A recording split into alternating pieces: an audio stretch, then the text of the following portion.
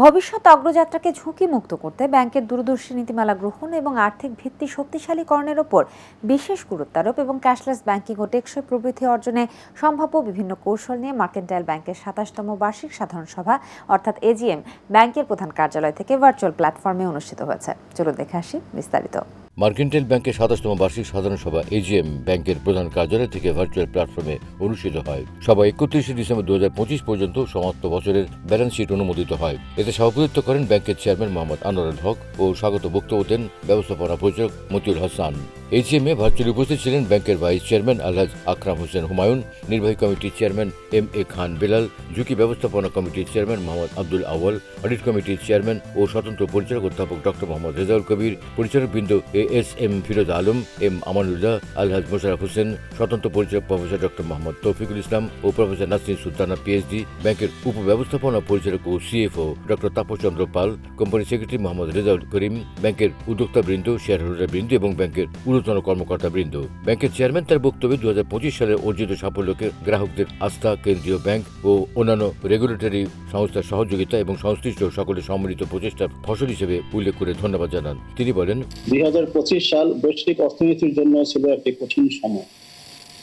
বৈশ্বিক প্রবৃদ্ধি প্রায় ৩.৩% হারে স্থিতিশীল ছিল, তবে মূল্যস্ফীতি নিয়ন্ত্রণের অগ্রগতি ছিল অস্থিতিশীল।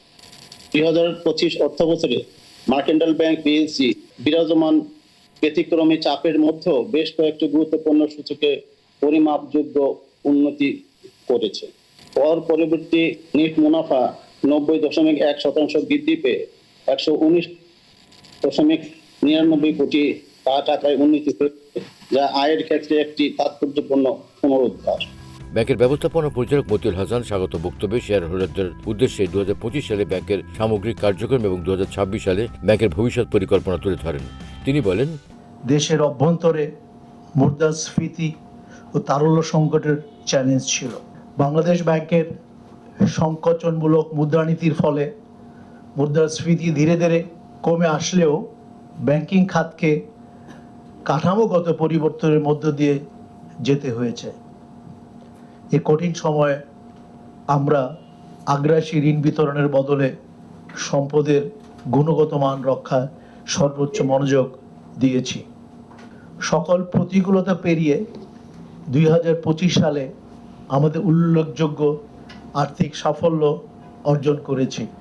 আমাদের মূল অর্জনগুলি হলো নেট মুনাফা ৯০% বৃদ্ধি পেয়ে ১২০ কোটি টাকা উন্নতি হয়েছে।